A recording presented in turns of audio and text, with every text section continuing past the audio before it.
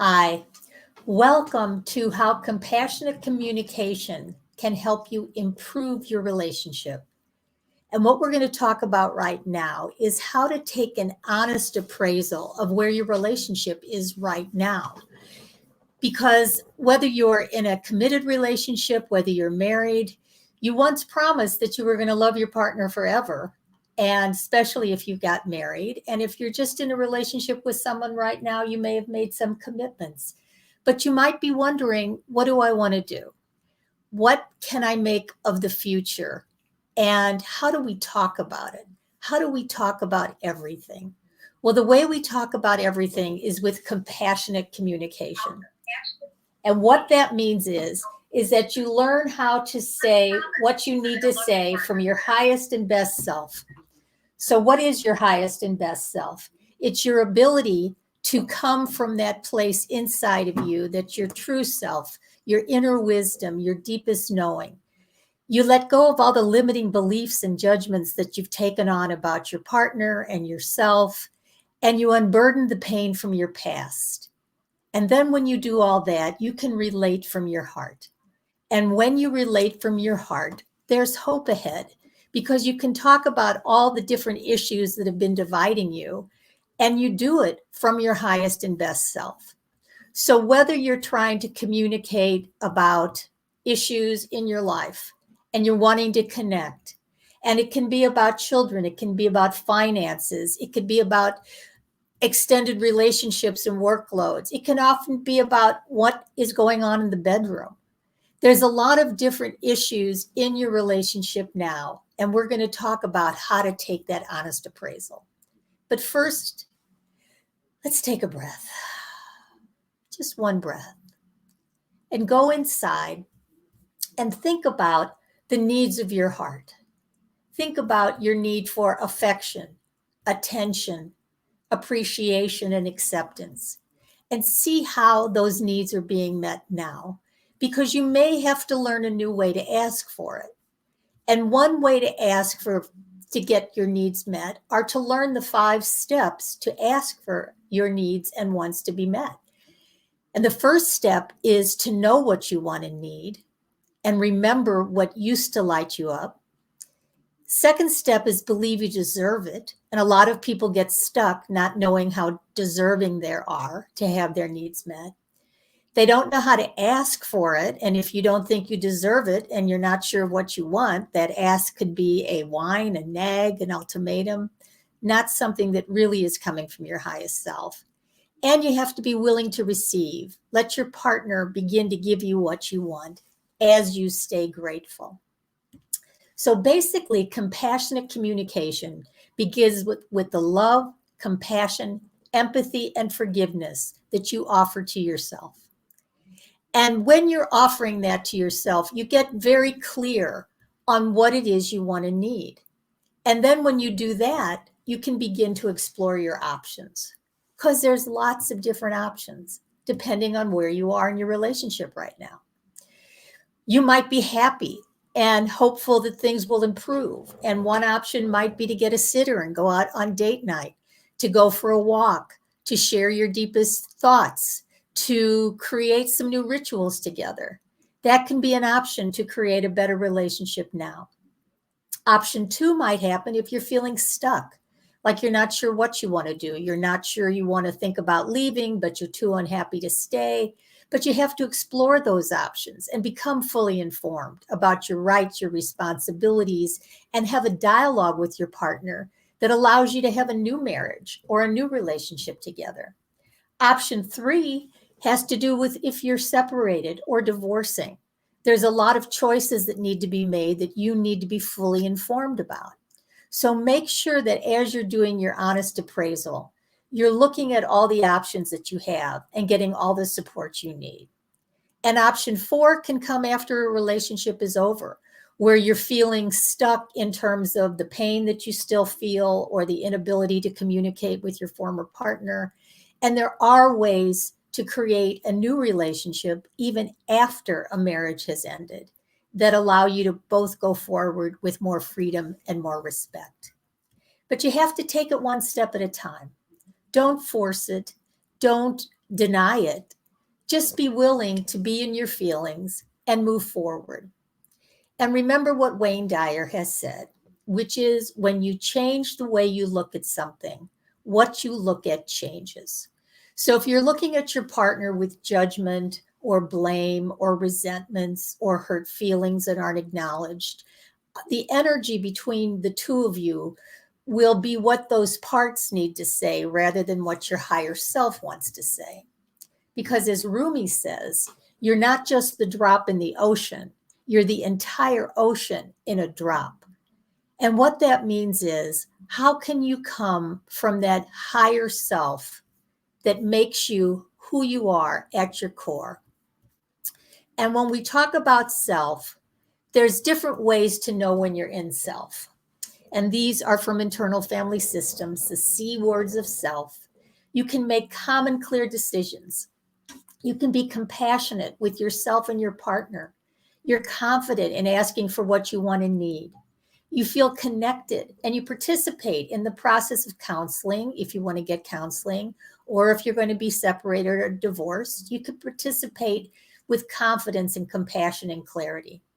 You become courageous in the face of challenge or adversity, and you can make creative compromises that are in the highest good for all concerned. And instead of being judgmental or demanding, you can become curious about options and resolutions and become open to your future. Now, sometimes we do have to let go of everything to remember what we truly want and need. So sometimes we have to be willing to talk about what would an ending look like in order for us to move forward. And that's what we do in compassionate mediation. What we do is talk about changing the face of divorce one heart at a time. And what that means is whatever problems you're having right now, behind them, the sun is still shining. Behind those problems, you have the chance now to create the relationship you desire and deserve, even if you think it's impossible, even if you think you've tried everything, and even if your partner won't change. Because if you change how you are being in the relationship, then the relationship will change. So ask yourself these questions. Am I being my best self in my relationship now? Do I offer empathy to my partner? Do I know all my options? Do I understand our finances? And the big question, do I want to add passion to my marriage or compassion to my divorce? So take a deep breath and think about it. What would you like to do? What are your intentions? If you could wave a wand, do you want to create a new and better marriage, or do you want to talk about leaving? And if you talk about leaving, some people think they need to leave because it's the only way they think they can get their partner to change, or they're not getting their needs met, or they're so angry or walled or judgmental or blaming or withholding that they don't see any other options and they don't know what else to do. So they might stay stuck and have one foot in counseling, but one foot out because one of them or both of them have thought about what would it look like if a marriage or the relationship ended. And because they're not talking about it, it doesn't get resolved. But in compassionate mediation, you talk about everything. And you don't have to keep the baggage that you're carrying around, the hurt, the fear, the anger, the limiting beliefs, and become afraid to find out more. Because when you get more information, you have more energy and more strength and more courage to make changes for the future. So you might be talking about parenting, and it might be something that feels unbalanced, but it's time for a conversation, one from your highest self, where you have empathy for the other's feelings, and then you talk about what you each want and need. And what about finances? How are they balanced? What kind of budget do you have? Have you given some thought to being informed having a conversation about college funds for your children, retirement plans, vacations, a long-term plan for the future. How balanced do you feel in terms of what you're offering and what your partner is doing? And it's time to talk about it. It's time to talk about everything. And it may even be time to talk about whether one or both of you is having an emotional or physical affair. And sometimes that's the outcome when you're in a relationship, but you're not able to compassionately communicate. One member might connect with someone outside the relationship and form an emotional attachment or a physical attachment. But you can recover from that. And I'll be talking more about that. But you don't have to stay unhappy, unable to talk about it.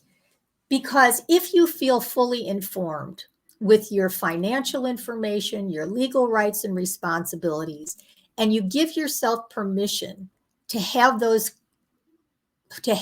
conversations, you'll be amazed at how much healing can happen.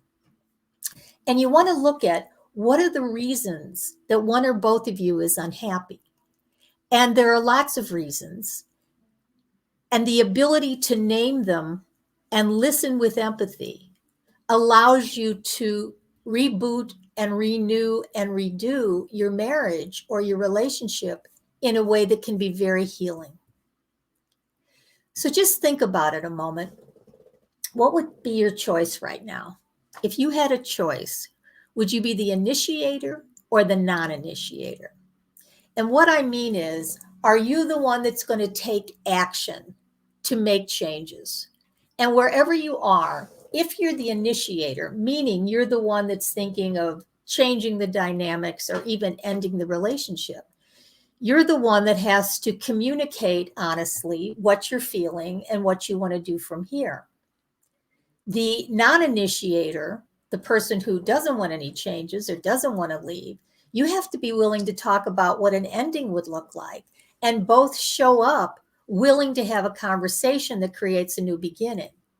But if you show up resentful or walled or angry or judgmental or blaming or hopeless, you're not going to have the kind of conversations that you need to have to start something new. So practicing being in self allows you to calmly, confidently, clearly, with confidence and courage, show up for these conversations. Because again, if you're the non-initiator, you can't just keep your partner going to marriage counseling when they really want to talk about the reasons they might want to leave.